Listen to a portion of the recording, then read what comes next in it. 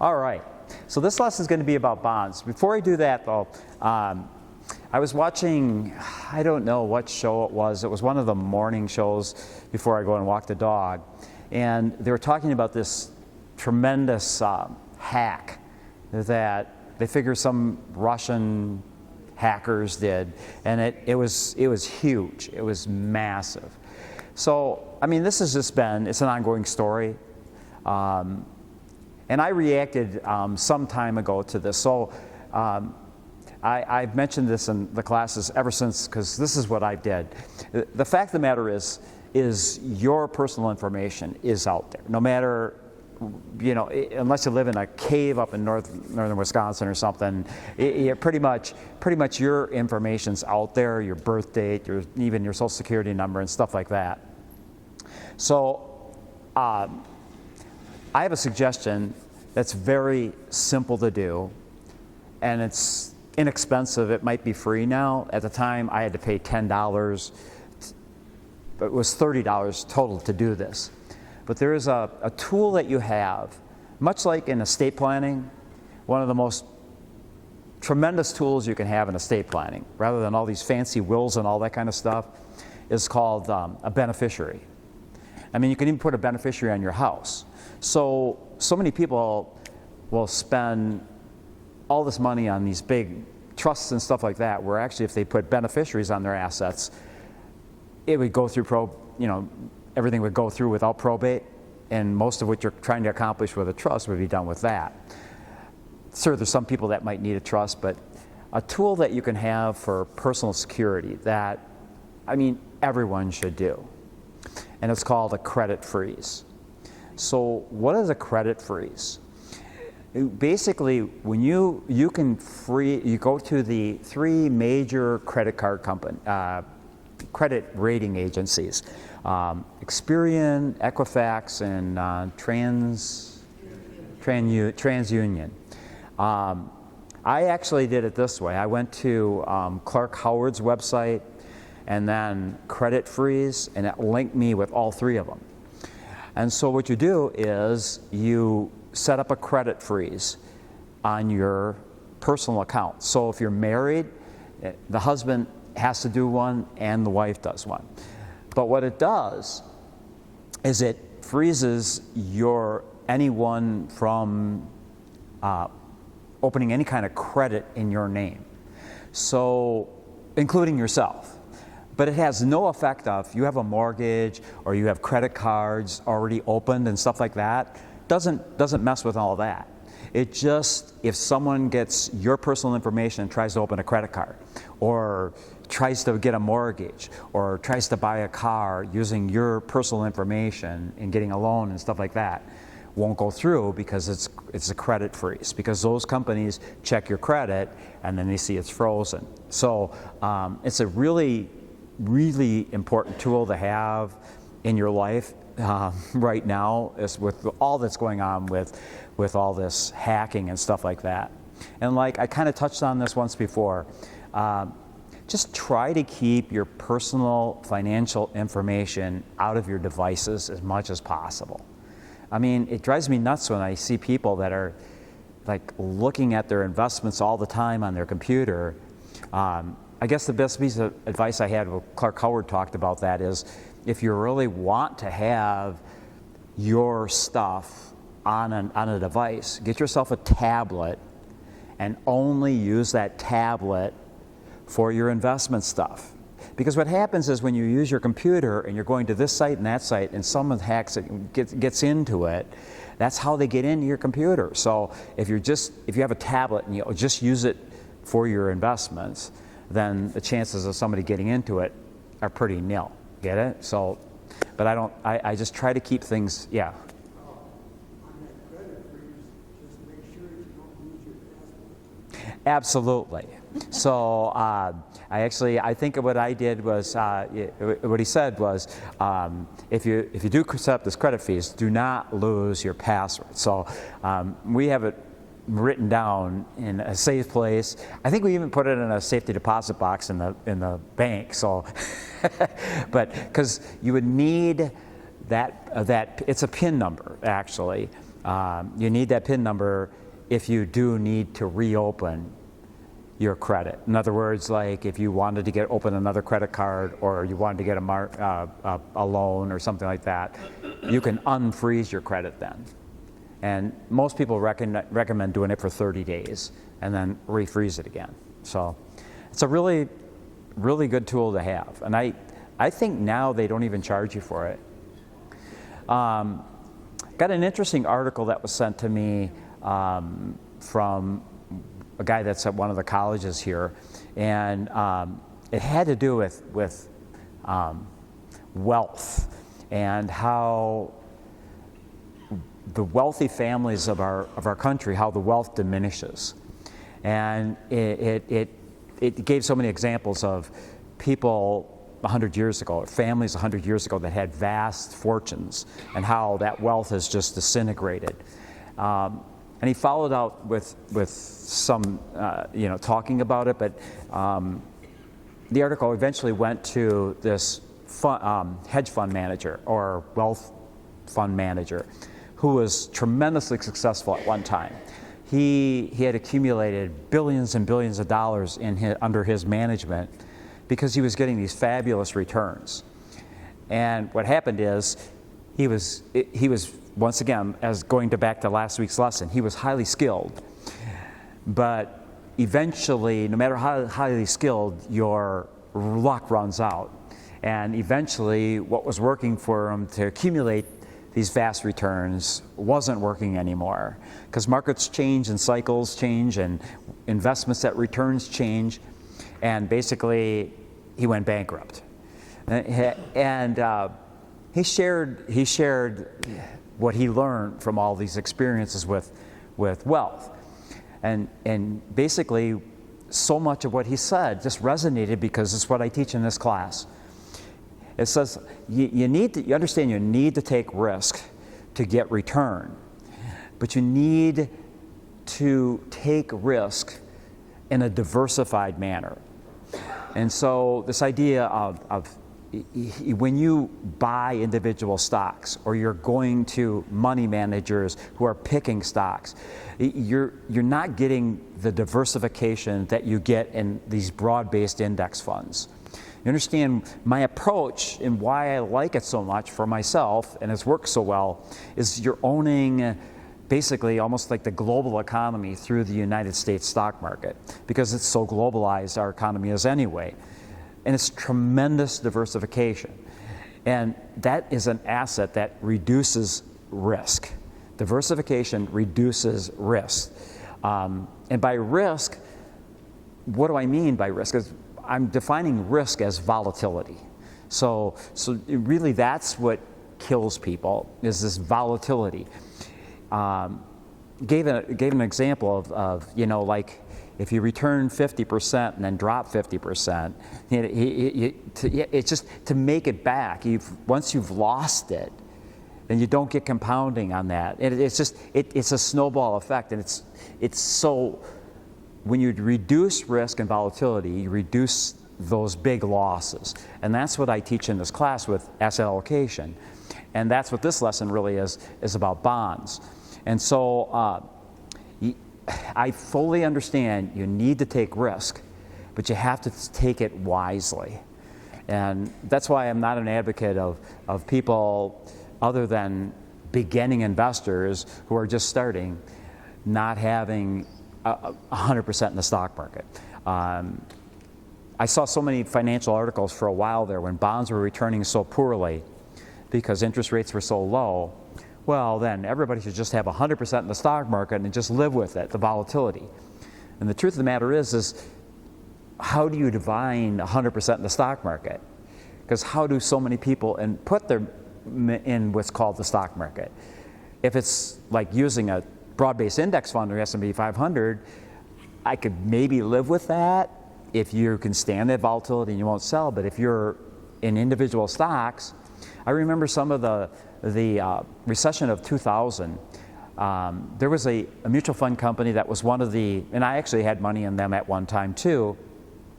It was a fantastic no-load mutual fund called Janus.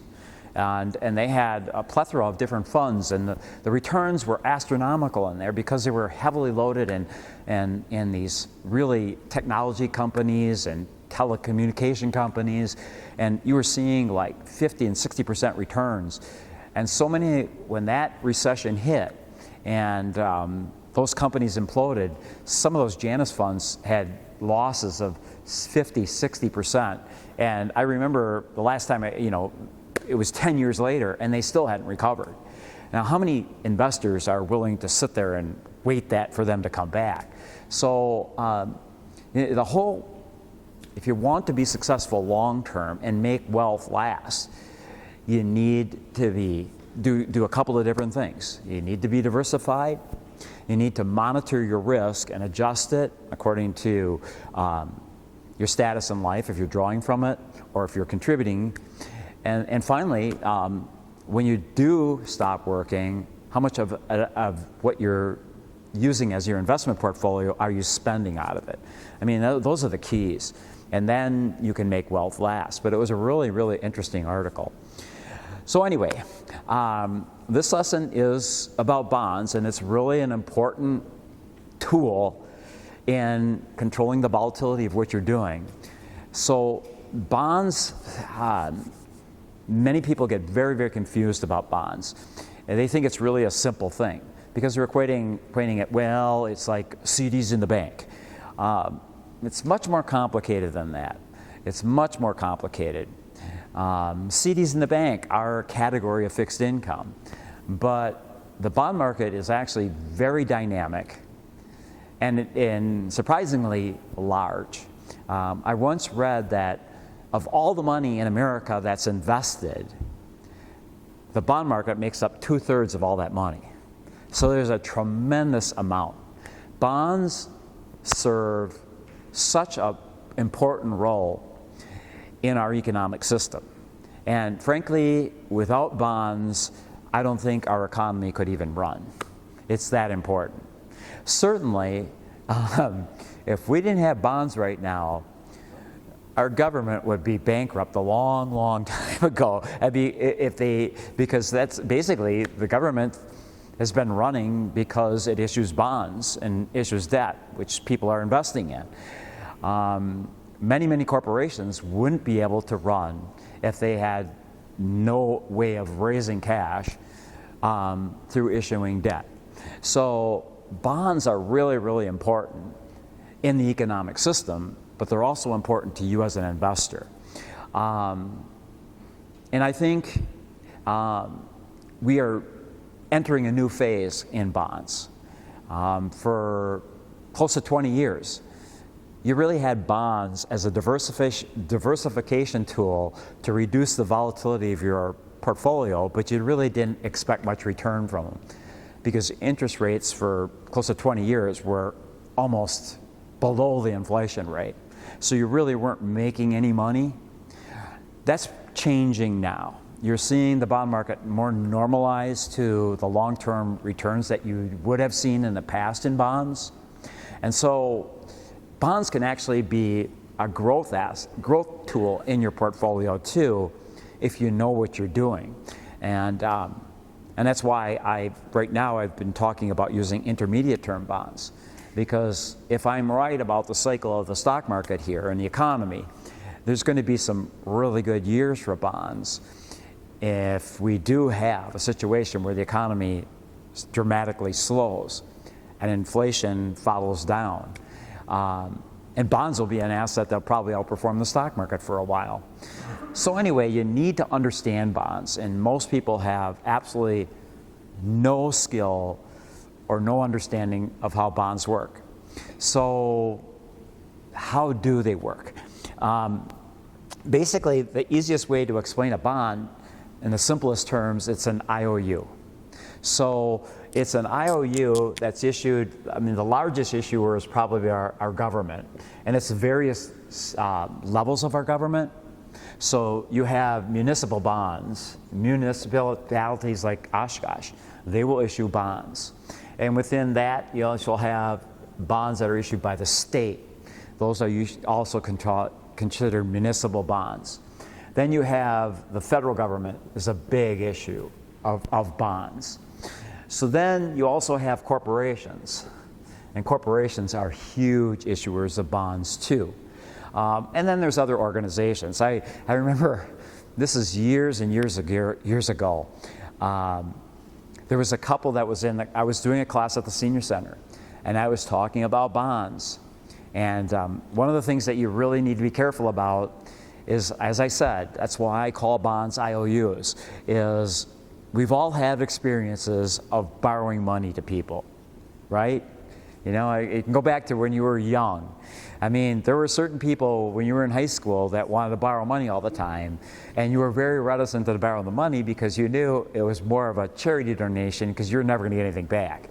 So they were, in other words, you were already rating their credit at that time, and they weren't credit worthy to loan them money, at least any large amount of money. So with bonds, you have to be very, very careful about the IOU and the creditworthiness of the issuer. So I was doing this class, and I'll get more into that, how they're rated. But there was a couple that said after class, could you look at our investments here? And I said, well, did you bring them along? And they said, yeah, because they had bonds. And the bonds they had were church bonds. So at the time when I was doing this class, interest rates on a high quality treasury, like a 10-year treasury, was about 2%. And a high quality corporate bond was about 3%. And these bonds were yielding like 12 and 15%. So when they were sold these by the investment professional, naturally, not understanding bonds at all, they thought they had died and gone to heaven because, number one, these are church bonds. And church bonds obviously must have divine backing, right? And they're going to gain 15%. So, wow, I can have a church bond and I'm making 15% interest on these. And so then they asked me what I thought about them. And I said, wow, who sold you those? And it was a financial planner that put them into these things. So let me give you an idea of what they had bought. Okay, so you have a group of people together, and they decide they want to build a church. Maybe they have 100 people, maybe they have 200 people in the congregation. So it's going to cost $1 million to build this church. Now those people don't want to put the money up for this. So what we'll do is we'll issue bonds and raise the money through issuing bonds, and then the congregation will pay these people back with interest. Okay, so is that something you want to put your money into? You know, it's like that is extremely risky. And what I tried to explain to these people is, I know they're really risky because a high quality bond right now is yielding 3%, meaning if you have really good credit, the most you have to pay to borrow money is 3%. These people are paying 15%. So why are they paying 15% instead of 3%? What's the logical answer? Because their credit is so bad, right? So you're sitting on a really bad investment risk-wise here. So yes, it's talking back to me, so the sound must be going through.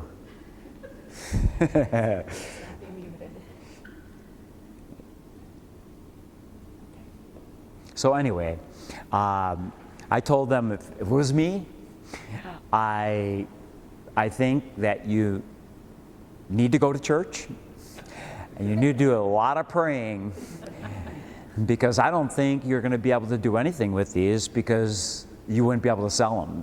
Nobody's going to buy them. So one of the things you need to do in bonds, because they are IOUs, is you really need to pay very vigilant attention to the quality of bonds you're investing in. So I always look at, how do you tell that? Well, you can read the prospectus, and usually, or you can go to their website, like a place like Vanguard, and composition, and it'll tell you the quality of the bonds in there. And bonds are going, you got the highest grade is AAA rated, and then you have AA rated and single A. And above that line, I guess now they say triple B or something like that is considered what's called investment grade.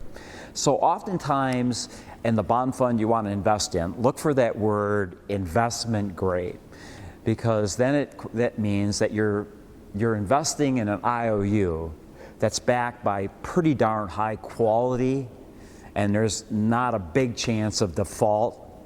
And one of the things I like to do is because a place like Vanguard, you can invest in a bond fund at such low expenses that I'm not out there buying individual bonds.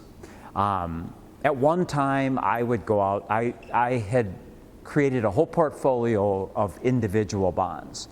When I quit working way back in the 1990s, I bought individually issued municipal bonds. And when a bond is newly issued, you don't have to pay any commissions to buy it. The issuer pays the commission to the brokerage firm, so you just buy it at face value. Give them $10,000, you get a $10,000 bond. And the bonds that I bought were Wisconsin municipal bonds, so they were double tax-free. In fact, I'm hugely responsible for building Brewer Stadium, the original, as I was owning those bonds. That was one of those bonds I had. And the interest I was receiving was double tax-free, both state and federal. And they had yields of like 6%, double tax-free, which is really was a home run. But here's what I experienced in building that portfolio of municipal bonds, is what happened is, as we moved out of the 1990s, and a lot of these were 30-year bonds. So I thought, wow, I'm set. I got 30 years at 6%, double tax-free. This is a home run. Well, what happened is, just like any person that gets a mortgage from a bank at 5%, and then a 30-year mortgage drops to 3%, what do? You go in and refinance, right? So who loses on that deal? The bank that issued you that at 5%, and now they have to refinance it back at 3%, they're losing the 2% interest on this. You're gaining 2%. Well, it works the other way around. If you own a bond that's yielding 6%, and all of a sudden the municipal bond market drops down to 3%, they call the bonds. The issuers call the bonds. And so then they'll give you your principal back, and then tell you, we'll gladly resell you the bond for the next 30 years at 3%. And so this is what happened to me, is this wonderful bond portfolio that had these high yields was just obliterated when interest rates dropped really low. That's what you run into. I like the fact that now you can go to a bond fund. Like at Vanguard, they have an intermediate tax-exempt bond fund in which you get a whole diversified portfolio of municipal bonds. It takes some of that volatility on the interest side away, but you get diversification.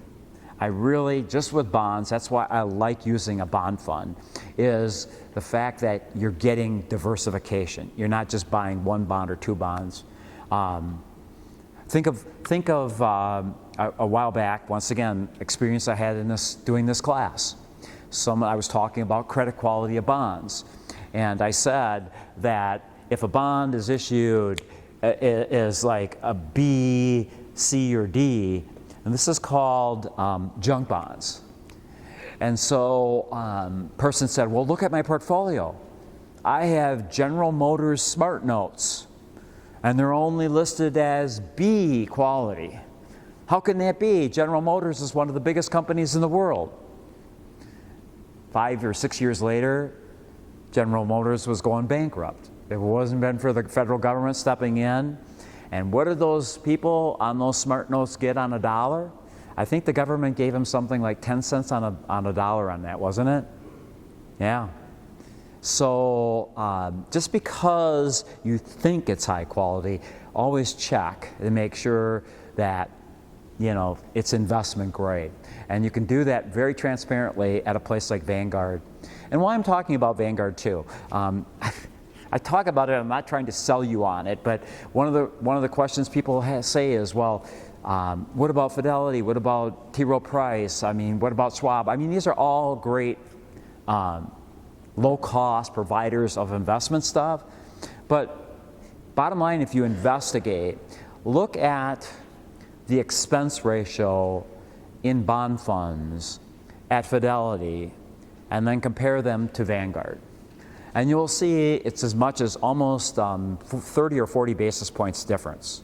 Now, basis points, once again, is 1/4, 1/100th of 1%, but you're talking about almost a 0.5% different in interest. And in bonds, that's a big deal. So absolutely, Vanguard is such a low provider in cost. That's why I talk about Vanguard very highly when it comes to bonds. Okay, so with a bond, once I covered one of the main things you have to do is you can check the credit quality of a bond fund by the name. So if it says investment grade, you pretty much know that they're pretty high quality bonds inside of that. And if it says high yield, because when a company issues a bond fund, I don't think they would sell too many people on that bond fund if it was called a junk bond fund, right? So they call it high yield, just to sweeten up the name. And one of the mistakes, and back when I first started investing, I remember looking at Vanguard's funds. And I looked at, I didn't understand bonds very much. And I saw that the high yield bonds at that time were yielding like 8 or 9%. And then the investment grade bond funds were yielding like 5 or 6%. And I thought, well, why in the world does anybody put them in those funds when you can get like 25 or 30% more in a junk bond? Sometimes it's 50% more. And because it says high yield. And I didn't understand the fact that when you're looking at bonds, the reason why the yield is higher means the credit quality is lower. And in order to attract investors, you have to sweeten it with high yields. And once again, that brings that word in about investing that you have to be careful. Is it worth the risk? Is it worth the risk? Because I looked at bonds as a tool which I want to incorporate in my investment strategy, which I know will help me to reduce the volatility of that investments. Now, that's not to be said that bonds are not volatile, because there's different levels of bonds. So just like with IOUs, I mean, you can lend somebody something for a day, a week, or even a year sometimes. And in bonds, you have a whole different variety of bonds that you can invest in. And they're based on a word called maturity. So basically, it used to be you had short-term bonds, well, you had money markets, but you had when you talked about the bond market, you talked about short-term bonds, intermediate-term bonds, and long-term bonds. It's got a little more technical than that, more options available. So the shortest type of bond investment that people use is basically called a money market. So all the major companies have what's called a money market account. And so a money market account, the bonds inside of there have maturities. And by maturity, I mean, maturity means the time between when a bond is issued by a corporation or the government and when the issuer of that bond promises to pay you back in full the principal that you lent to them. So Actually, when you become a bond investor, you're almost like a banker now. Think of yourself as a banker. And so you can choose the type of maturity of bonds you're investing in. So when you talk about money market accounts, these are bonds that are issued for 90 days or less. Very, very, very short-term investment or lending tools. And oftentimes you associate with money market accounts a $1 share price. So basically, with a money market account, you're really not going to have a change in the share price of the bond you're investing in. You're just going to collect interest on it. It's mostly used as a tool to park money or to be transferring money, but it's a valuable tool in the whole bond scheme. And now the next thing you have is what's called ultra short-term bonds. And the ultra short-term bonds are 90 days to 1 year. Then you have short-term bonds. And short-term bonds basically are 3 years to 10 years, or excuse me, 1 year, 1 year to 3 years. Then you have intermediate term bonds, and intermediate term bonds are 3 years to 10 years. And then you have long-term bonds, and long-term bonds are 10 years until 30 years, generally. Pardon? Okay. So you have this variety of IOUs that you want to invest in. I find the sweet spot that for depending on the interest rate cycle is, the truth is that if you're a long-term bond investor and you don't get it, you pretty much want to stick into the intermediate and short-term bonds. But I have found that if you understand bonds and the interest rate cycle, you can reduce the volatility of your bond investments by understanding how bonds work in relation to the interest rate cycle, by going to shorter term bonds, and then switching to intermediate term bonds at a certain time. That's what I have done in this particular cycle. I'll get more into that. But basically, you don't have to do a lot of switching with bonds. The bond market moves very, very slow. Kind of to give you some idea about, we were talking about risk here. And if I look at my lifetime and I think about the range of risk involved in investing in, with money market accounts, there's only been one time where I saw the $1 share price not held. And that happened in the financial crisis of 2008, when a company, one of the big brokerage houses, actually got involved in a lot of the shadier parts of the short-term bond market. And the people that had money in money market accounts there, these bonds became illiquid. Some of them went bankrupt or whatever. And this brokerage company actually had to drop the share price down a few pennies from $1. It caused a tremendous reaction. It was like almost like a panic. It was such a big deal. So the truth is that when you put it in money market accounts, volatility-wise on that share price, you pretty much can count on it being $1. In fact, the Federal Reserve did a lot of work on addressing that for investors, and you saw a change at Vanguard.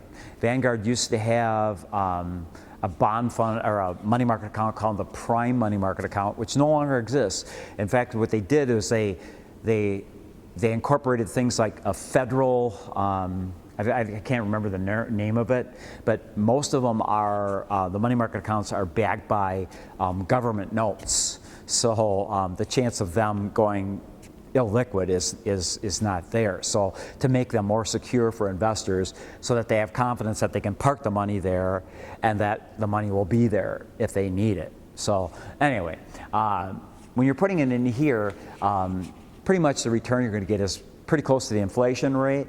The ultra short-term bond fund, if you're talking about a really bad year in that, you're probably down 1, maybe 2%. That would be a really bad year in that. The short-term bond fund, probably down 5 to 6% would be a really, really horrendous year in that. The intermediate term bond fund, a bad year, can go down, I mean, as much as 15%. And long-term bonds, you can see 30% declines. It's extremely, extremely risky. While we're talking about maturities, it reminds me of, I was doing a class with the high school kids at Oshkosh North. And I did it on bonds. And I came in the next week, and I was going to do another lesson there. And before class, one of the students came up to me and said, "Hey, Mr. Kemp, can you tell me what's the difference between a treasury bond and a man?" And I'm looking at him like, I don't know. Well, a treasury bond matures. I like that one. And I said to him, I was like blown away. This is a high school kid coming up with this. I said to him, where in the world did you come up with that? Well, he says, I was watching an episode of SpongeBob SquarePants, and I'm like, what? You know SpongeBob SquarePants? I mean, well, anyway, that's one of my favorite jokes about. That's hard to find something funny about bonds, but anyway, that was pretty good. Okay, so with bonds, you have this variety of different kinds of bonds based on the maturity. But there's another term that really, really is important. Because as I said, primarily the way to invest in bonds is like using a mutual fund. I said I like mutual funds because you get diversification. But the other thing that's really nice, and I had this experience with that bond portfolio that I created with these municipal bonds. Well, it didn't actually hurt me, but if I was looking at it as a long-term investment strategy, I strictly use that municipal bonds for income. But if you're putting a bond fund into your IRA and you're a young person and you're incorporating it for growth or even in retirement and you don't necessarily need the income, if you have individual bonds, you collect that interest when they paid them twice a year or whatever, I just went and spend it. But when you're in a bond fund, the interest is usually paid every month. So you can take that interest and then you reinvest it. And then those bonds that you're buying are then now producing their own interest, which then you get reinvested. So you actually get a compounded return in a bond fund. Another thing you do with a bond fund is you even out some of the risk because you're reinvesting the interest each month.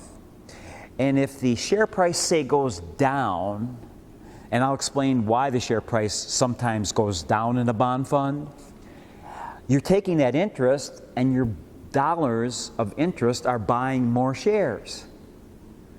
And then when the share price goes up, your dollars are buying less shares. But actually what you do over long periods of time is you even out the average price you're paying for things because you're constantly reinvesting, and it reduces that share price, average share price, if you go to sell it or something like that in a personal account. But anyway, one of the things that you need to know when you're in a bond fund is a bond fund is a portfolio of bonds. So let's say you pick an intermediate term bond fund right now, because that's kind of the long-term place to be in bonds. It's the sweet spot. Long-term bonds are too risky. Short-term bonds generally, there's not as much potential for capital appreciation in there. So they're a really good tool in certain circumstances, but intermediate term bonds is kind of a really sweet spot to be in bonds. But what you have is a whole portfolio of bonds. So in an intermediate term bond fund, the manager has the option of buying bonds that are anywhere from 3 to 10 years in maturity. So money is constantly coming into this bond fund. The bonds within the bond fund are also paying interest, which most people just reinvest. So this bond fund manager constantly has money available to invest, and so what he's doing is he turns around and he buys the bonds that are on the market. He's constantly buying bonds. So over time, what you have is you have a portfolio of bonds, and even though maybe he buys 10-year maturity bonds, after 5 years, those bonds that he bought 5 years ago only have 5 years left on them. They were 10-year maturity bonds, but they only have 5 years left. Are you following me? So what you have is you have a portfolio, and you might have some bonds in there that will mature in 1 year.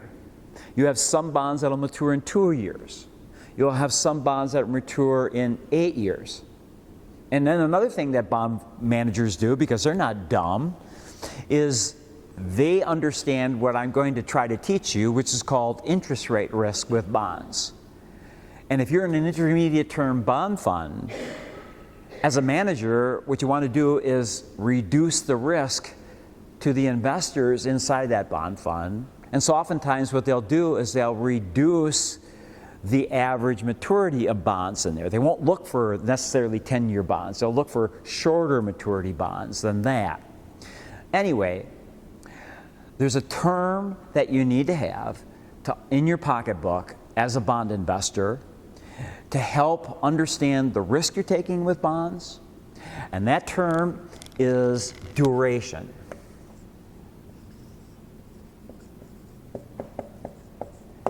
And basically, duration, anytime you're looking at a bond fund, you don't look at the maturity, because that's not what's important. What's important is, what is the average duration inside that bond fund? So the first thing you look is, what is the quality of the bonds inside that bond fund? The next thing is, what is the average duration inside that bond fund? Because that will help you to understand the risk you're taking, the interest rate risk you're taking in that bond fund. So duration is defined as the time left that a bond pays interest. Very, very important to understand that. Duration is the time left that a bond pays interest. Because knowing this, and knowing the formula to calculate risk in bond, interest rate risk in bonds, will tell you the risk in that bond fund if interest rates go up or down. You can actually calculate it out. Unlike with the stock market, you can never say, well, by my calculation, the stock market's going to go down 20% or 25%. You actually, with bonds, you pretty much have a pretty good idea of calculating the interest rate risk of a bond. One of the things you can't calculate is what will happen to a bond investment if the company goes bankrupt. And that's where you protect yourself with the quality of the bonds. So if you are a bond investor and you cover the quality, that usually reduces any change in the share price due to quality. This is really, understanding duration is the way to calculate the risk and the volatility you might face in an interest rate cycle with that bond fund. So with bonds, you have an IOU that's issued by either the government or corporation or some organization. It has a maturity. So the issuer of that bond promises you at the maturity to pay you all the money back on the bond, and for the privilege of using your money, they promise you to pay interest for the duration of that maturity. There, I got to use all the terms in there, which is really cool, okay? Duration and maturity, they're two different things, and they got to understand that. So they're very simple investments.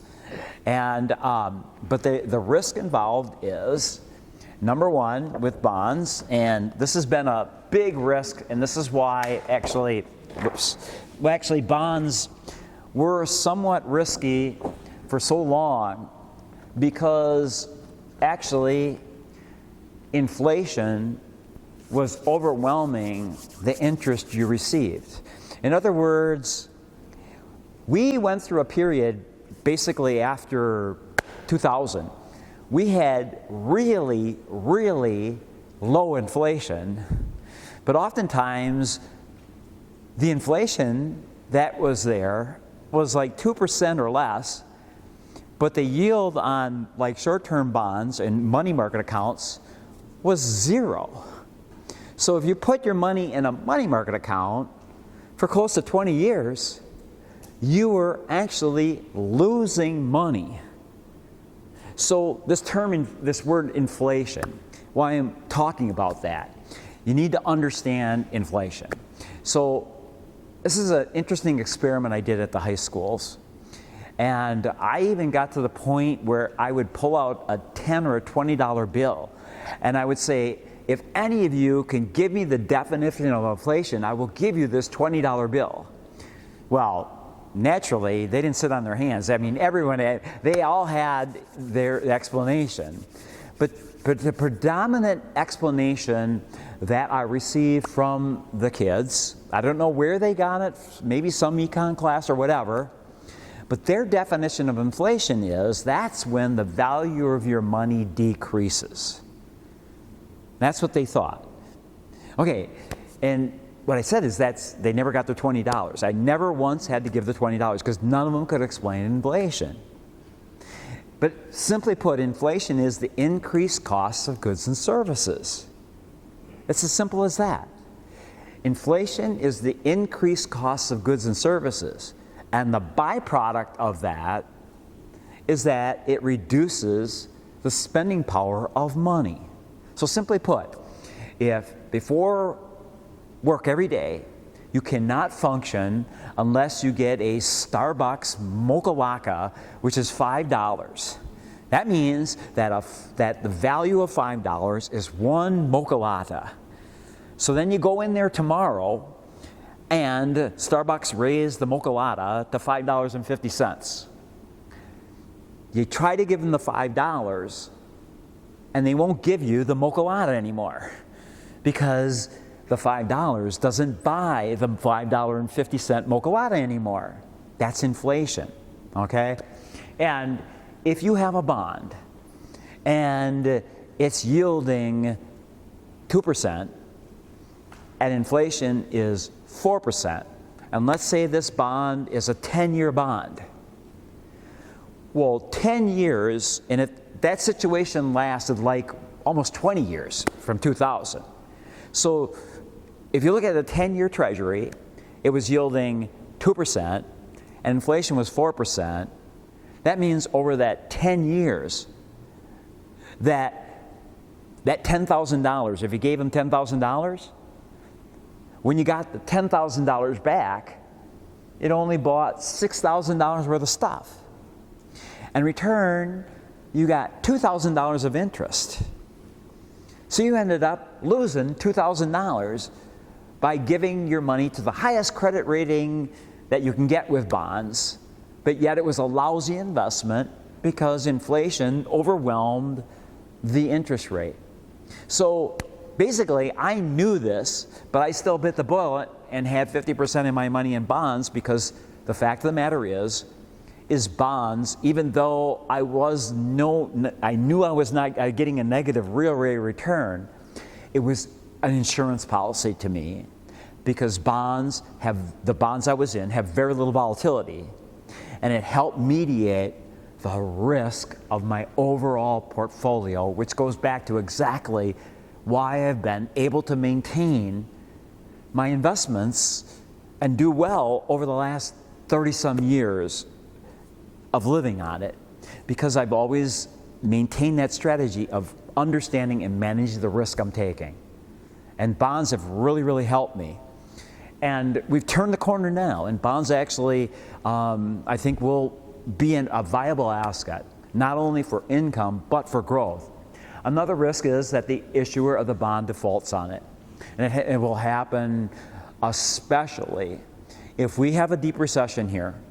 I was just seeing an article on Bloomberg. I usually, before I go golfing, I'll fix a lunch and I'll switch over on Sling to Bloomberg just to see what the stock market is doing that day. And they always have these different stories on there. And I just saw the story that flashed today.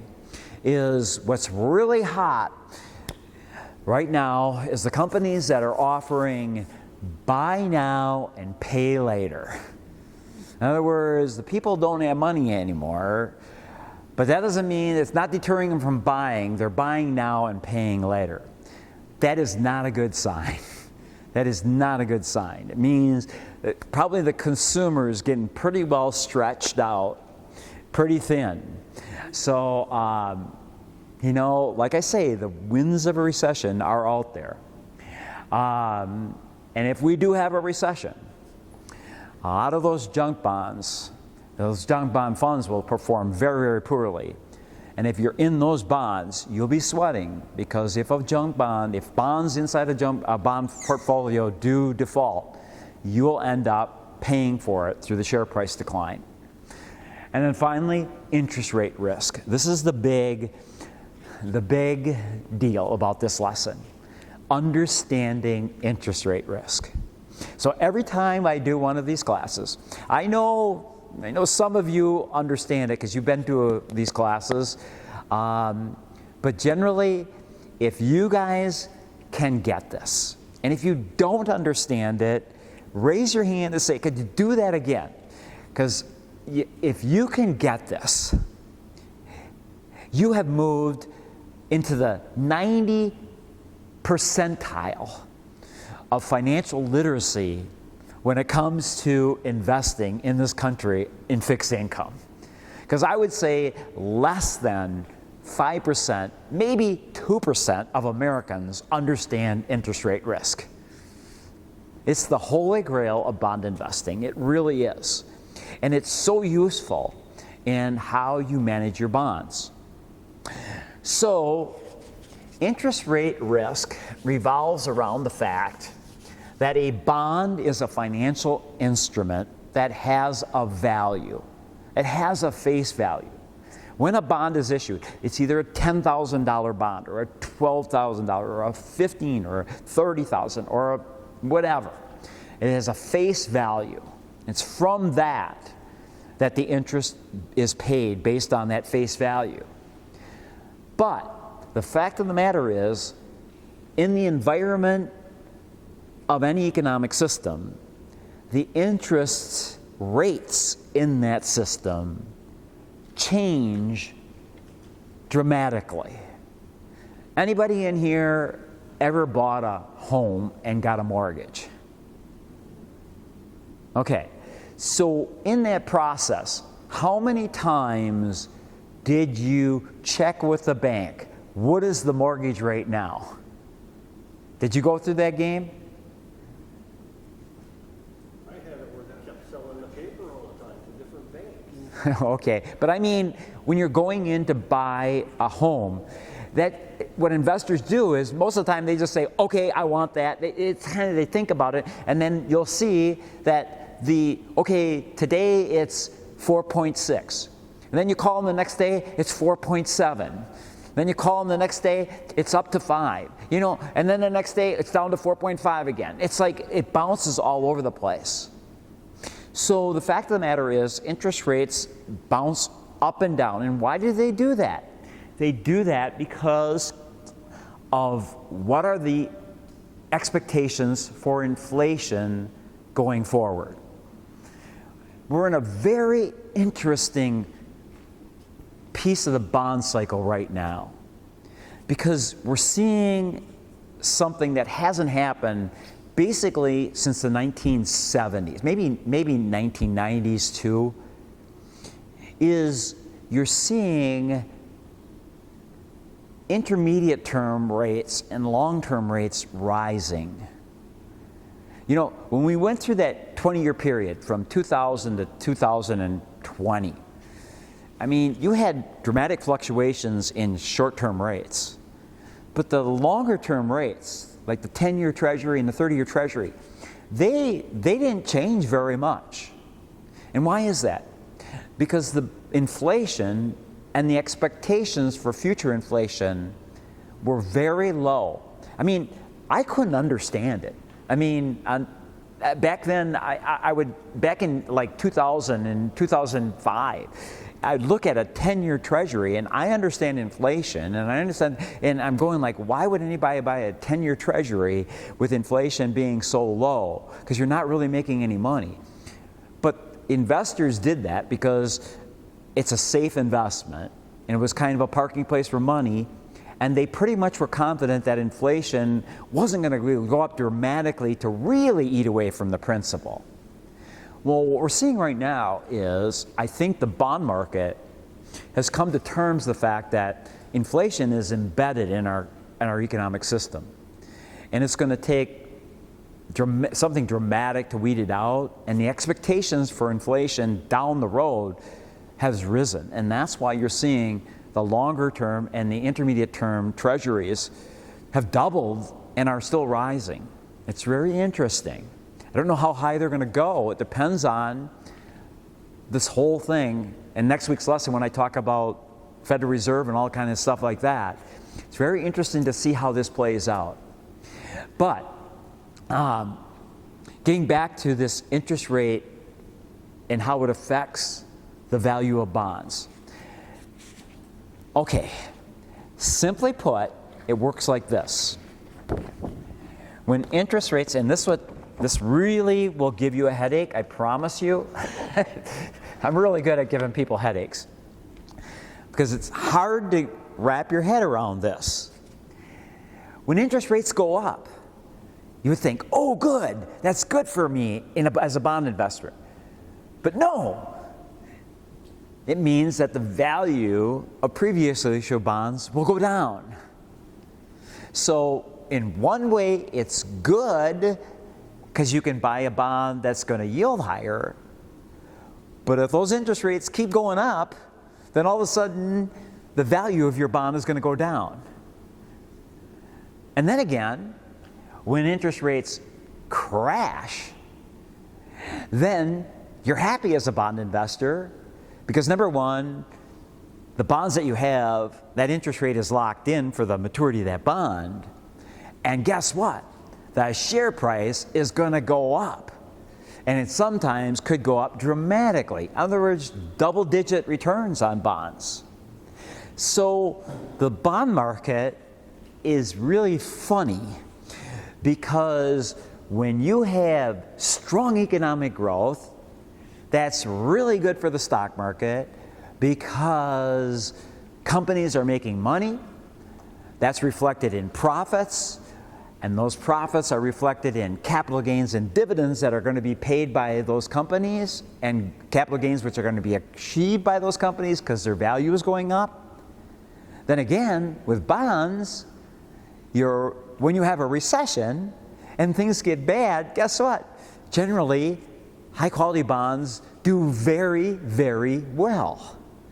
Their value actually goes up oftentimes. Worse it gets because what happens is inflation drops, then interest rates drop, and then the share price of those bond funds you're in goes up because those bonds are still paying high rate of interest and the value goes up. So there's a way to calculate this. So it works like this. You take that term I use, which is duration. And so for each year of duration, you multiply that times 1, and that will be reflected in how the principal will change. So let's say you have a bond fund, and it's a short-term bond fund. It has a duration of 3 years. And interest rates fall 2%. Okay? You take the 3-year duration, multiply it times the 2% change, and you would have a 6% gain on the share price. In this chart, I say interest rates interest rates rise 2%. Then you multiply that out and you'll have a 6% loss. So with a bond fund, the interest rate change will reflect on the share price 1-to-1 on duration. In actuality, what's happening here is it's a reflection of the fact that the investment market is demanding compensation for the interest your bond is not paying. So, I can really see some blank looks on your face. I love it, because you're probably going like, wow, I had them before, but I kind of lost them now. So let me explain it in another way. Let's look right now at the Treasury market. So you have $10,000, and wow, you check it out, and you see that the 10-year Treasury is yielding 4.5% right now. The year is 2023. So if you give the U.S. Treasury, which is extremely high quality, you give them $10,000, that means you're going to collect 4.5% interest. That's what, $450 each year for the next 10 years. In other words, for that $10,000 investment over the next 10 years, you're going to collect $4,500 of interest. Pretty much, you can bank on it. The U.S. Treasury is going to pay that. It's a really high quality investment. So this face value is not going to be affected by credit issues, at least right now. Maybe someday that could be changed, but that's another class. Okay, so let's say inflation is embedded, and what we see happening right now continues. Because I don't know if I brought that chart. I was putting together these charts, and actually I had one. Oh yeah, look at this chart. You think 4.5 is high? This is what's happened since 1900. You can see the 10-year Treasury usually was running up until 1955 somewhere between 3 and 4%. And all of a sudden we started having tremendous growth. We had tremendous inflation in the late 60s, 70s, and early 80s. And the 10-year Treasury, and the year would have been, let's see, this is like 1982, something like that. 10-year Treasury was yielding like over 14%. Think about that. You know what the 30-year Treasury was yielding? When this peaked out right here?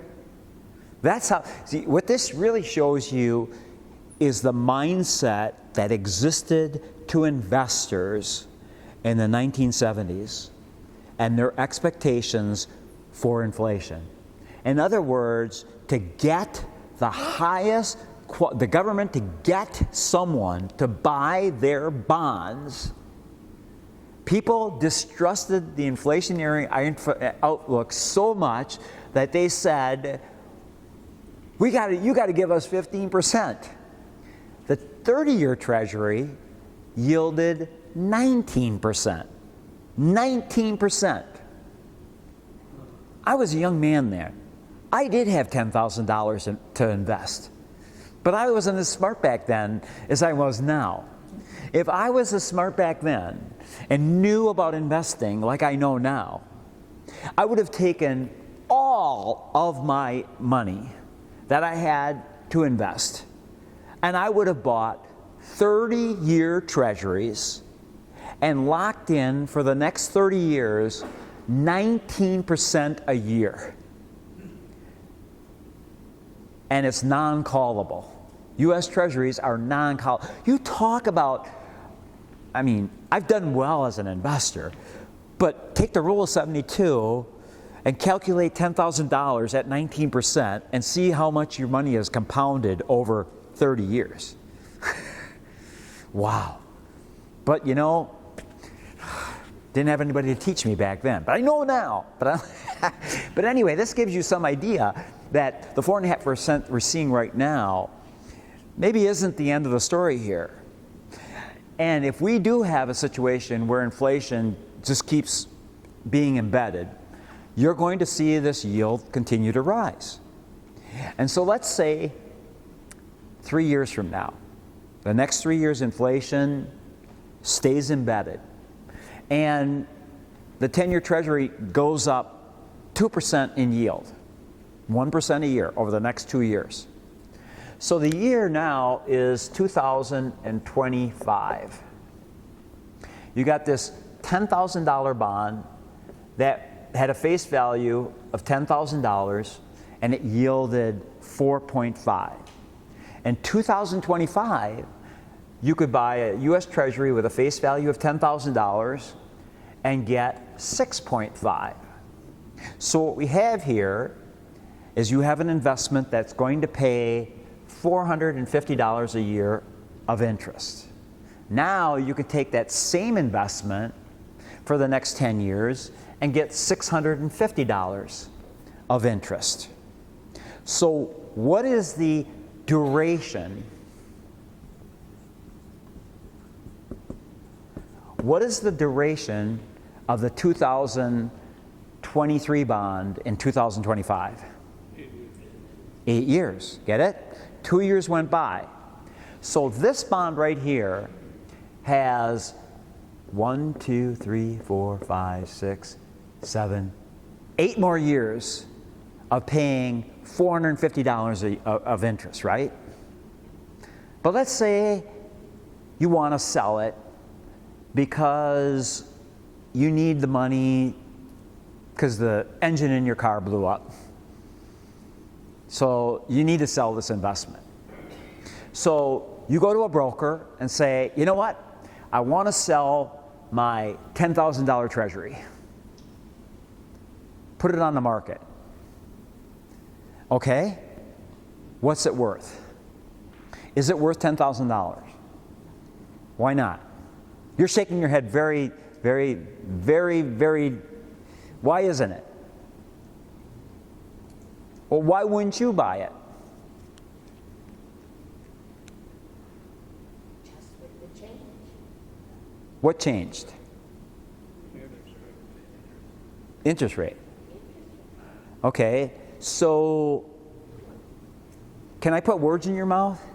What you're trying to say to me is, are you nuts?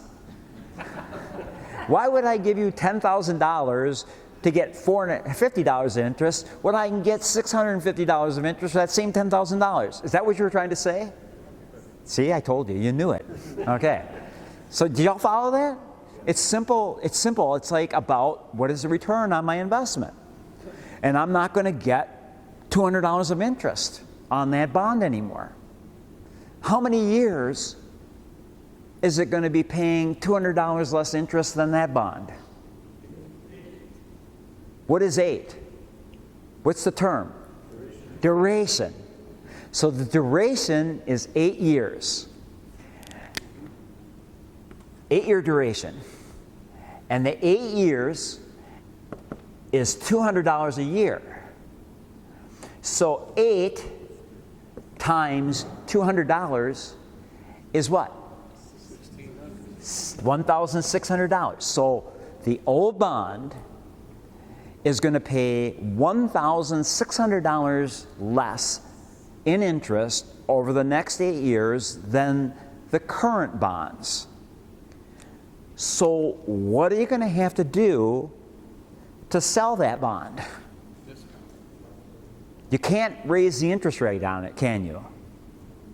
So the only thing you do is you have to discount the value of it to compensate any investor for the interest the bond's not paying. That's what you need to understand. The reason that a bond fund goes down is because the interest paid by the bonds in the portfolio don't equal what the market interest paid by bonds is. And you can calculate that by the interest rate change times the year of duration of the bonds inside of there and get the exact amount.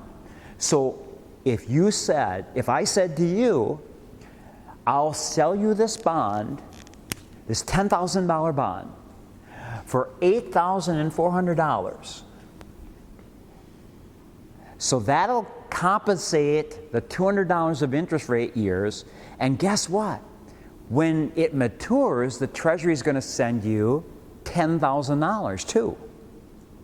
You only paid $8,600 for it, but you're going to get $10,000 back. So you're going to get compensated for the change in interest. That's how it works.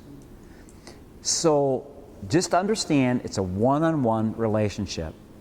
And the longer the duration of a bond fund, the more interest rate risk you face. So, like I said, it's simple math. You got 5 years of duration and interest rates go up 1%, you'll have a 5% decline in principal. Now, does that mean that you'll lose 5% in that bond fund? And the question is probably not.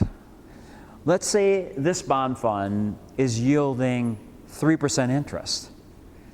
You're going to collect that 3% interest, so the interest will offset some of this, so you don't lose. And the other thing is, if you don't sell it, you're not going to lose money in that bond fund because like I say, the interest rates will change back, or eventually they'll mature, and the manager will get that money back. So you don't jerk money around so much in bonds because necessarily they went down in value. Like I said, sometimes it can be an asset to you in moderation because you're reinvesting and buying more shares. That's why right now I'm in intermediate term bonds, and even though interest rates are rising slightly, I don't mind because the intermediate term bonds are paying like 5.5% interest right now, which is a really, really good rate of interest. Okay, how many kind of get this? I thought that kind of get it. Okay, so let's see. I kind of got these charts out of, but this goes back to, like I say, when we're talking about risk. I looked at two different bond funds at Vanguard, and I looked at a 10-year period from like 1998 to 2007, and I looked at the share price change. This is the intermediate term bond fund. This is the change in share price from zero change. And this was the total stock market index fund, the change percentage-wise in share price. You see that? And this is where I'm talking about moderating risk.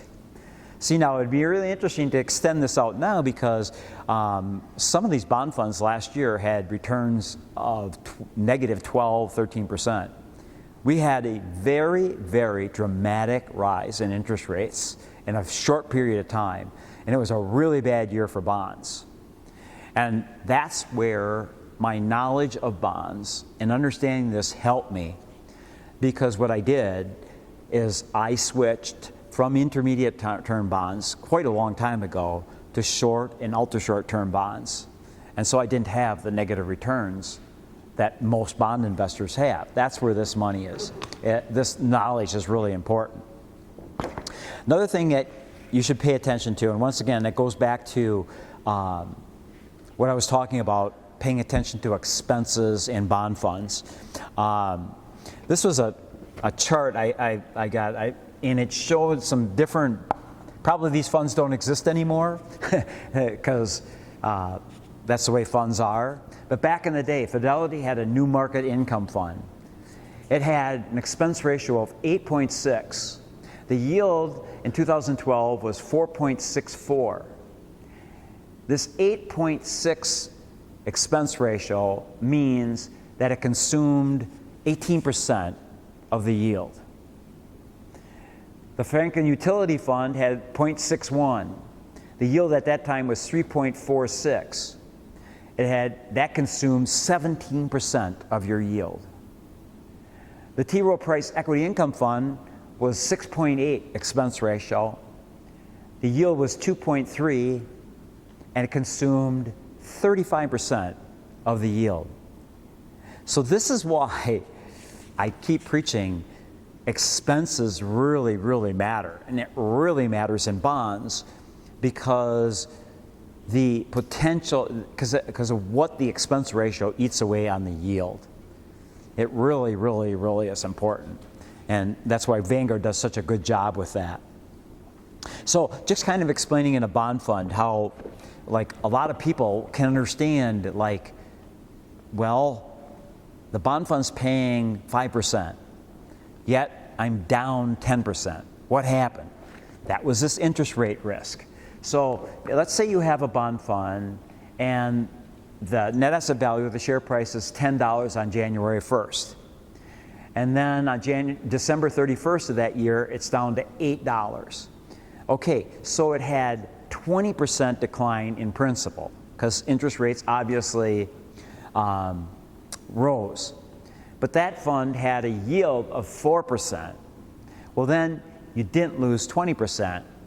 Your total return was negative 16. So with a bond fund, that total return, the interest rate change is offset or augmented by the interest you receive. That's why, like right now, I'm kind of excited about bonds in the long term, because if we do have an eventual leveling out of inflation, or we do have a recession, and inflation really comes down, and then you'll see the outlook for inflation maybe to moderate. And like I say, right now, that intermediate term bond fund has a duration of 5 years. And let's say the 10-year Treasury goes from 4% back down to 3%, so that's like 1.5%, maybe 2% down, and it's yielding 5.5%. Well, 2% times 5, that means the share price will go up 10%, and you're going to collect 5% interest. That, in my book, is like a 15% year for a stogie old bond fund. It's potentially there. You know what I mean? So, yeah, that's understanding interest rate cycles is really valuable. So, some of the bond funds that, let's talk about the bond fund strategies. So, basically, with interest rates are rising, you want to go to short-term or ultra-short-term bonds, even money market accounts.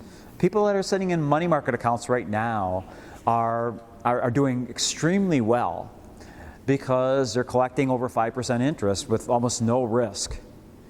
But here's the problem with money market accounts. People fall in love with them. And I can guarantee you, if we do have a recession, and all of a sudden the Federal Reserve starts slashing interest rates, then you're going to see the yield on money market accounts go down with the Federal Reserve cutting interest rates rapidly. And all of a sudden that 5% you're paying is 3%, maybe 2%, and people are bummed out. It's another reason why there's a bond investment called I-bonds. And I mean, there was so much publicity last year about I-bonds. Oh man, where can you get 9% in a government bond? Get out there and buy these things. Okay, an I-bond is a bond, is a savings bond issued by the U.S. Treasury. You have to set up an account with Treasury Direct. Let's go to the history of I-bonds. I started these classes in 2000, and I spent a considerable amount of time in this bond lesson advocating people to think about buying I-bonds, because back then I considered them one of the most perfect bond investments an investor could ever have. Here's what you could do. You could walk into the bank with $100 or $1,000, or I think the limit was like $100,000 per person per year, and you could just buy these I-bonds at a bank. And an I bond is a U.S. government savings bond. And the bonds at that time had a base rate that were locked in for the life of the bond. And the bonds have maturities of 30 years, so you can hold them for 30 years that they'll pay interest. The base rate back then was 3.6%, meaning you were guaranteed to get 3.6%. And then twice a year, the U.S. Treasury adjusts the inflation payout to what inflation was the previous 6 months. So basically, on an annual basis, you got first the 3.6%, and then you got whatever the inflation was for that year. And back then, inflation was running at like 3%. So that was like 6.6%. But the base rate, 3.6. That was the big thing. And then we had the recession of the early 2000s, and interest rates pummeled. And then all of a sudden, I bonds went from 3% to 2% base rate to 1% base rate, down to basically zero. And they became like zero base rate, and all you got was the inflation rate. And then they quit selling them at the banks. You had to set up a Treasury Direct. And then they started limiting people to like $5,000 worth a year. Like I say, this is a side note. One of the things I feel so good about when I do these classes is giving people information in which they can make choices. I know a guy that was in Fond du Lac, that came to my classes down in Fond du Lac. And I think he bought $300,000 worth of I bonds back when the base rate was 3% or more. What a home run. Because, even when inflation was at 2% and 1%, he was, everybody was getting like 1% or 2% on bonds. He was still getting over 4% interest on bonds. What a home run. But anyway, what happened is, like I say, they put these restrictions on bonds, and then they put the base rate to zero. And even last year, when all the media was going gaga because we had inflation of 9%, but it's temporary, because that 9% was only for that period and then it gets readjusted, and now the inflation rate has dropped down to like 4% or whatever. And if we have a recession and it drops, so basically with an I bond right now, I don't think they've changed the base rate anymore. They still zero. What is it? Well, I don't know what the I bonds are, but the tips, which are Yeah. but they're paying here 2% Mm-hmm. on a 5 and a 10-year tip plus inflation. Mm-hmm. I don't know what 2% is that good enough? No. Yeah, I'll get into tips. Tips are Treasury inflation protected securities, and actually you can invest in bond funds of those. I have stayed away from those, because I think I can do inflation protection through the bonds I'm investing in, the regular kind of bonds. But problem I've run into with tips, especially in bond funds, is the demand is so high for them that sometimes you see negative returns. There was a period with the tips fund at Vanguard where investors were paying interest to the federal government to buy those bonds. They had negative interest rate returns on them. Yeah, and now they're finally, but it's only 2 where the Treasury is 4. You know what I mean? So you get inflation too. But oftentimes, because of the demand, the prices bid up so much that I haven't been too much into that fund. But I'll get more into that. All right, so where was I? No, you got me off on it. Okay, so let's talk about high-quality bond choices. Okay, so you can invest in many company retirement plans have what's called bond index funds. So like what you have is, and most of them they're indexes of the market, but basically, and Vanguard has that, and primarily you would call it an intermediate term bond. Very highly diversified. It's a viable option in bonds if interest rates are like they are right now. I investment grade corporate bond funds, in the short-term and intermediate area. Right now, I'm using Vanguard's intermediate term investment grade bond fund. And they can use corporates, they can use whatever in there. Pardon? No. Oh, okay. There's a bond fund which I have used in the past, and I would potentially use in the future if the housing market ever normalized. And they're called Ginnie Maes. Put it in your back of your mind. Ginnie Maes could potentially be a really solid choice for bonds. Like I say, if interest rates in the mortgage area ever normalize. What Ginnie Mae stands for is Government National Mortgage Association bonds. Okay, so a Ginnie Mae is a program in which the government has set up. Investors buy the bonds, and the government uses those bonds to lend to people who have lower than high credit rate, have poor credit ratings. So, and what they do is it enables people with lower credit ratings to get a good interest rate on their mortgage. It's a government program to open up access to owning a home for people who basically don't necessarily have the greatest credit rating. So once again, you go like, well, geez, Jeff, you always talk about risk. There's a high probability that a substantial portion of these people could potentially default on these mortgages and foreclose, right? Okay, but with the Ginnie Mae program, you are protected because every Ginnie Mae bond is backed by the U.S. Treasury. So that if someone forecloses on a bond, the government will make that bond whole. So you won't experience a decline in the principal due to foreclosures on the bonds. So a Ginnie Mae basically is given Treasury quality. It's AAA rated. It's an extremely highly rated credit type of bond. And what you do is you invest in it and you collect the interest on those mortgages, and they're passed through to you in the Ginnie Mae. There are risks to it. The risks are if you get into a cycle where mortgage rates drop, that will dramatically affect the interest paid by the bond fund. So naturally, let's say interest rates normalize in the mortgage market around 5%.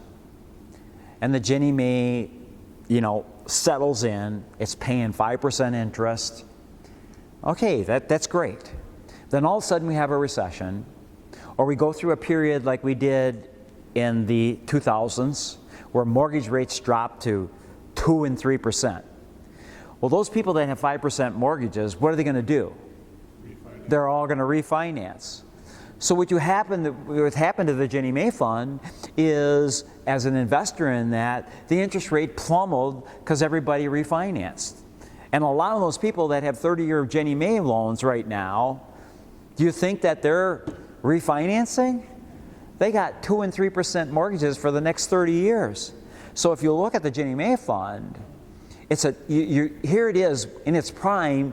It was a Treasury quality bond fund you could invest in that actually had yields that were 1 to 2% higher than a 10-year Treasury because they were mortgages. But because there's refinancing risk to it, that's why there was that 1 to 2% yield above Treasuries. So we're in a cycle right now where so many people are locked into these really low interest rates, so you see the yield on the Ginnie Mae is pathetically low. So to me, it's just not attractive until we get to yields that would make it attractive. But it is a high quality investment choice to stick into an IRA or something. So you can think about that somewhere in the future. And then you have inflation protected or TIPS. And basically what they are, you can invest in a bond fund of them. Vanguard has it, Fidelity, all of them. And what it is, it's U.S. Treasuries. But once again, you are subject to duration risk with it. So the share price does change, and it does have a fairly long duration on that. So what you do is you get paid whatever the interest rate on the tip is, and then you get inflation. And I think they adjust it quarterly on that fund, something like that. But it's an interesting, I haven't used them, but it's an option if, inflation becomes embedded. Another really good bond choice is people will say to me, oh, gee, I just sold my cottage and we have $130,000. We have enough in the stock market. We'd like to put it someplace where it's relatively safe, it's a high quality investment, and maybe it'll collect some interest. Well, in a personal account, outside of like IRAs and stuff like that, there's an investment option called municipal bonds. And what I did at Vanguard, back when I was young and working, I knew that I probably was going to be able to stop working at a relatively young age. And so as part of my investments, I piled money into an intermediate term, federally tax-free bond fund at Vanguard. So there's state taxes on it, but the federal taxes was the big thing. So all the interest was federally tax-free. Compounded and grew like that. Eventually, when I did sell my business, and I moved back to Oshkosh, and I bought a house, I was able to pay cash from the house because I took it out of that bond fund and I had virtually no taxes. Because all the interest was federally tax-free, reinvested it, and there wasn't much capital gains or loss on it, so it was really a non-taxable event where I could access a lot of money. But say I think part of anybody's long-term strategy in life is you should have some money socked away that's relatively stable, that if you get laid off, or maybe you want to buy cars or things like that, you can pile money into in a municipal bond fund, like an intermediate term municipal bond fund. And yes, there's some volatility, but not a great deal. And it grows pretty tax efficiently because the interest is federally tax-free. And you can access this money at any time and take it out. It's a nice part of investment portfolio or investment strategy that's not subject to all the rules and regulations of having IRAs and company retirement plans and stuff like that. And if you inherit money and you wanted to put some and park it someplace, not necessarily with volatility, that's a really, really good option in the bond market. Of course, I talked about money market accounts. That's a place to park money. And then the ultra short-term bond fund. When you get in a cycle where interest rates are really, really low and they're potentially going to rise, you want to have a short duration. That ultra short-term bond fund at Vanguard performed very, very well in that part of the cycle. I used it myself. Any questions on these? Okay, so bonds are important because they're a very valuable diversification tool. And like I say, diversification helps you reduce some risk. It moderates the volatility of an overall portfolio. It's an income producer. So when I still remember my parents, later in life, they discovered the casinos. They had a whole bunch of friends up there, and they had Vanguard. They had a bunch of money in the Ginnie Mae fund, and they knew exactly when Vanguard was going to send them that check. So they wait for that check, and then off to the casino they would go. It was their income producer for the casino. It's a low risk option for future purposes, like you park money in something like that, like a municipal bond fund that serves as a nest egg. It can be an inflation hedge if you're using tips or things like that. And some bonds fit as a tax shelter. Once again, that's municipal bonds. Another thing about bonds too is, and it's one of the reasons why I've made my change in asset allocation, and reduce my exposure to equities is basically, it's pretty much every time this has happened in the last century, for at least 2 consecutive quarters, there's been a recession. Now, this might be different. This might be completely different than any time in the history of our financial system, but it's called an inverted yield curve. So what you have is a normal in the bond market, you have a yield curve. And naturally, because longer term bonds are naturally riskier than shorter term bonds because of duration and credit quality and things like that, the yield should be higher in longer term bonds than short term bonds, right? That's a natural yield curve. Shorter term bonds will yield less than longer term bonds because inherently, the longer you go in the maturity scale, the more risk there are. An inverted yield curve is when shorter term bonds, the yield is higher than longer term bonds. And we've pretty much been in that for a substantial period of time. Even though longer term bonds are rising, the Federal Reserve, or the base rate right now, I just saw an auction, the government just had an auction, and it was like 45-day bonds or something like that. It was 5.2 or something like that, where 10-year Treasury is at 4.5. You got an inverted yield curve right now. And historically, that has been a predictor of a recession coming. So that was one of the factors in my decision to reduce my asset allocation. Bonds can be helpful in understanding the market cycles of our economy too, because that's what bond investors do. They look at the long-term health of our economy. And the stock market is a reflection of our economy. Okay. Hit me with some questions. I think I gave you all big headaches on that interest rate side. I mean, it's a lot to absorb and it's hard, but yeah. The 6-month Treasury is paying 5.5% on state income tax, awfully attractive right now. Yep. Yeah, like a lot of people right now, I mean, you take a Treasury bond, or even like I-bonds and savings bonds and the Treasury bonds, if you live in a state like California and New York where the income tax is really, really high, they're state tax free. So even Wisconsin, you know, if you're in like a 7% tax bracket, that's 7% you're saving on taxes with not having to pay taxes on the yield on a Treasury.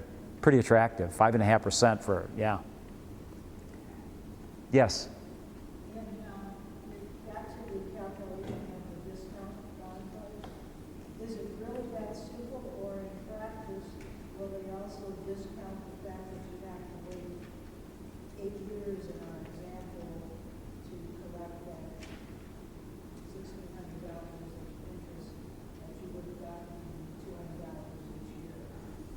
Okay, so in that example I gave with the discount, okay, so it was discounted to $8,600. So you paid $8,600 for a $10,000 face value bond. You have to wait the 8 years before they will pay you the $10,000 back. But it will be 86, it won't be 8,400, No, they'll give you the $10,000 back. They'll give you, even no matter what interest rates are at that time. And that's one thing is, in bonds, if you hold them to maturity, then interest rate fluctuations are not so significant. But yeah, most. we're going $200 a year for 8 years. So I guess I've got to pay something less than 8,600. 8,600? No. I mean, you might get the person that they're really desperate, but then you're going to make more money on it. But no, that's the way the bond market works. It's a compensation for the interest that bonds are not paying compared to the new ones. That's the easiest way to understand why that value goes down. Yes. I was looking at the fundamentals for the intermediate investment grade stock fund you were talking about. Yeah. And they have the yield at 3.76, but then it says beta at 121. What does beta mean? Okay, I don't know if you're looking at the right one because the last time I checked it was 5.5%. I'll show you a screenshot after. Just you can, Is that the same is that the intermediate treasury? let's see, Admiral Intermediate Investment Grade Bond Fund, 3.6? 3.76. My computer tells a better number. That's all I can tell you. Question, what does beta mean? Beta is a term in investments that it's often used with stocks, but it has to do with how much an investment, with the correlation to the volatility of an investment to the overall market itself. So if you have a beta of 1, that means that historically that stock, and I assume it's for bonds, they probably use the total bond market. So if the index of that market of bonds or bonds goes up 1%, then that one goes up 1%. If it goes down 2%, then this one has a history of going around down 2. It pretty much correlates with the duration probably and the quality. So it'd be interesting if when you're looking at your thing, check out their high yield bond fund and see what the beta is on it. You're probably going to see substantially different than 1. So if this one has a beta of 1, it means it correlates to what intermediate term bonds are going to do. Yes?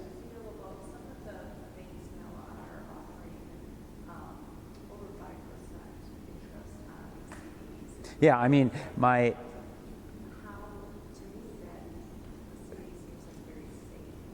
yes. Yes. Yeah, I mean, CDs,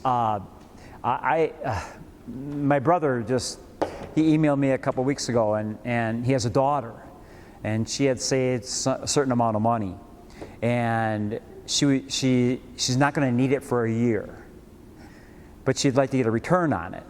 So what good investment could she put it in? And I said, go to the bank and get a 1-year CD. I mean, it's a home run right now. So CDs are a fixed income investment, but they have their downside, and the downside is they're fully taxed. In personal accounts, I don't like putting fully taxed bond investments in there. Like when I talked about the Ginnie Mae fund, or even that intermediate investment grade bond fund, that's fully taxed, state and federal. I don't like that, But if you're in a really low tax bracket, and I know that her daughter probably is in a relatively low tax bracket, 5% CD, especially if that bank is FDA insured, you can't get much safer than that. But once again, people who do the CD things, I often tell them, develop a ladder strategy, especially if you're in a situation where interest rates are down and lower. Ladder them out. In other words, buy a 6 month and a 1 month, 1 year, and maybe a 2 year, and then as they or a year and a half or whatever, and as they mature, if interest rates are rising, then you can get a higher yield. But there are downsides. I mean, you have to leave them in there for a year, and they're fully taxed. Other than that, they're a very valuable option to park money right now and get a really good return. But my question is, you can go to Vanguard and get 5.25% in a money market account and have 100% liquidity with not having to keep it in there a year and get check writing with it too. So what's the advantage of a CD over that other than the fact it's guaranteed? But the money market account is pretty darn, especially if it's in federal money market account, which are federal notes backing it, So, yeah. Nothing wrong with them. It's just, I don't like the taxes. I would go to, in fact, if I had that, I'd park it in Vanguard's municipal money market account, where that's paying, I think, 3% now, and it's federally tax-free. So, yeah. Always think about taxes, especially when it comes to bonds. corporate bonds are fully taxed, yeah. I'm in a corporate bond fund that's made money in it, and it's been renewed for some time. It's been down as much as 25%. And it got real good. The best it's seen is probably 8% now. Mm-hmm. So it's something that kind of stay in, try to recoup. Well, if it's a high quality corporate bond fund, I mean, check the credit quality of it. If it says it's investment grade, then I would definitely stick with it. Yeah, I mean, at this stage of the interest rate cycle, in other words, interest rates are rising, but they're nothing like the big push is in the books. I think you're going to see gradual pushes up if we go until, and if I'm right, we finally have that recession, and then you're going to see that share price. So you're going to see better returns on that.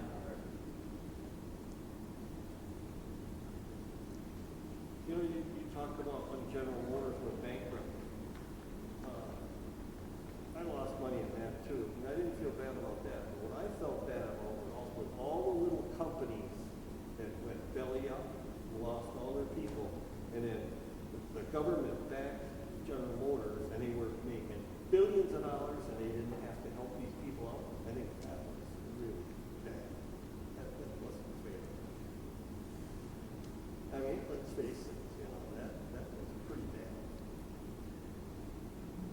We have the best government money could buy.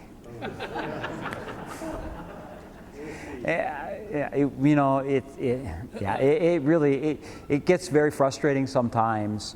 AIG, largest insurance company in the world, government bailed them out too. That too big to fail thing. In actuality, many of those bailouts though was probably the most financially savvy thing that the government ever did.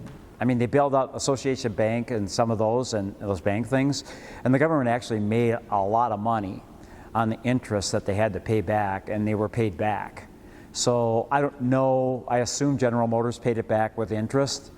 So you can say, what about the little guys? But politicians always say they're for the little guy, but who cuts them the checks? It's the big guy. So you can count on them taking care of the big guys. It's just the way it is, and to lose sleep and get mad about it is a real waste of energy.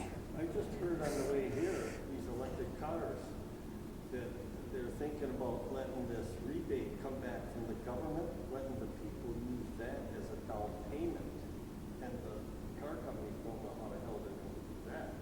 Well, we'll worry about that when it time comes. But yeah, you can get, like I say, you can get endlessly frustrated if you pay attention to all that stuff.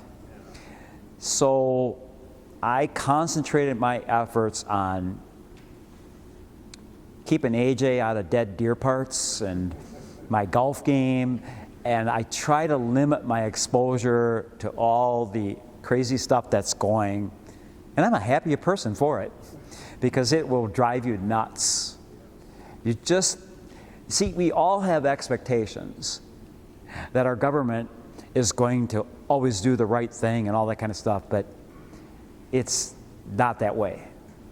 But it is the best government on this planet, because where else are you going to go? So, I live with it. I vote, and oftentimes I go to the voting booth with a clothespin on my nose because it's like I'm just voting because it's like which one is the better or the worst here.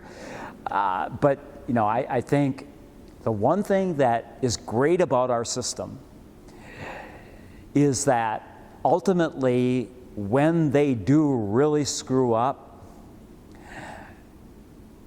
they listen to the people, and the people get mad, and we vote through our voices. You know what I mean? And they respond dramatically. So the government does a lot of really good things, but you hear about all the dumb stuff they do. But they're doing a lot of really good things. But good news and good things don't sell. It's often like being in a corporation and have a guy that's a really good worker. Nobody ever hears about him. But you always hear about the guy that's really lazy or the screw off and stuff like that, and then everybody gets mad because that guy's, you know. So just like I say, I understand. I'm just saying, like this insider trading stuff, you heard stuff they were going to stop that in the government. You don't hear about that anymore. It's still going on. well, I don't know. I disagree on that. I think that they've. I think there's the stock market is very efficient, and there's not a lot of insider information being exchanged by these corporate guys and stuff like that because it's closely watched. What the SEC, where I do think they dropped the ball, is there's a lot of stuff going on in which you have people accessing trading and then marking up the price and then reselling it at a higher price. Read the book Flash Boys if you're really going to get mad, and they don't do anything about that. And then there's a lot of things like where hedge fund managers, I don't know if they've changed that, but they have special tax evaluations on the income they're making, where instead of paying like capital gains tax or income tax on it, there's a different tax thing on it, where they preferential treatment and stuff like that. So there are abuses and things that could be better, but just don't focus on all that because you know, we don't live in a perfect world. All right, thank you. We'll see you next week.